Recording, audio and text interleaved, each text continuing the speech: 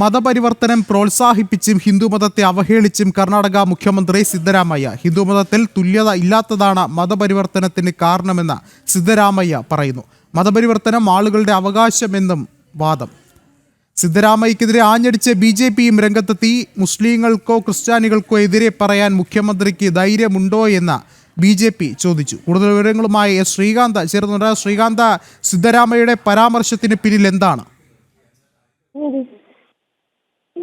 നിലവിലിപ്പോൾ പുറത്തുവരുന്ന വാർത്ത കർണാടകയിൽ സിദ്ധരാമയ്യയുടെ നേതൃത്വത്തിൽ നടക്കുന്ന ഹിന്ദു വിരുദ്ധ നീക്കങ്ങളുടെ ഏറ്റവും പുതിയ പതിപ്പ് എന്ന് തന്നെ പറയേണ്ടി വരും. കാരണം മതപരിവർത്തനത്തെ പ്രോത്സാഹിപ്പിച്ചും ഹിന്ദുമതത്തെ അവഹേളിച്ചും കർണാടക മുഖ്യമന്ത്രി വീണ്ടും രംഗത്ത് വന്നിരിക്കുന്നു. ഹിന്ദുമതത്തിൽ തുല്യത ഇല്ലാത്തതാണ് മതപരിവർത്തനത്തിന് കാരണം എന്ന് സിദ്ധരാമയ്യ പറയുന്നു. മതപരിവർത്തനം ആളുകളുടെ അവകാശമാണെന്നും ഇദ്ദേഹം കൂട്ടിച്ചേർക്കുന്നുണ്ട്.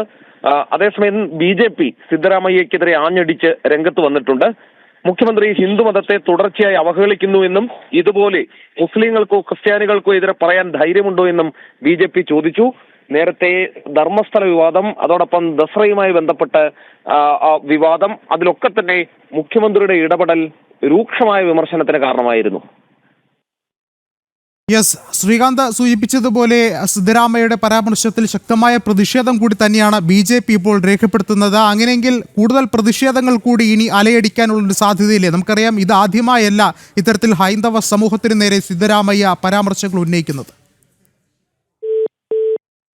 ശ്രീകാന്തിലേക്ക് വരാം. എന്തായാലും നിർണായകമായ പരാമർശം തന്നെയാണ് സിദ്ധരാമയ്യ ഇപ്പോൾ ഉന്നയിച്ചിട്ടുള്ളത്. ഹൈന്ദവ സമൂഹത്തിനെതിരെയാണ് ഈ ഒരു പരാമർശങ്ങൾ. BJPയുടെ ശക്തമായ പ്രതിഷേധം കൂടി അലയടിക്കുകയാണ്. ശ്രീകാന്താണ് വിശദാംശങ്ങൾ നൽകിയത്.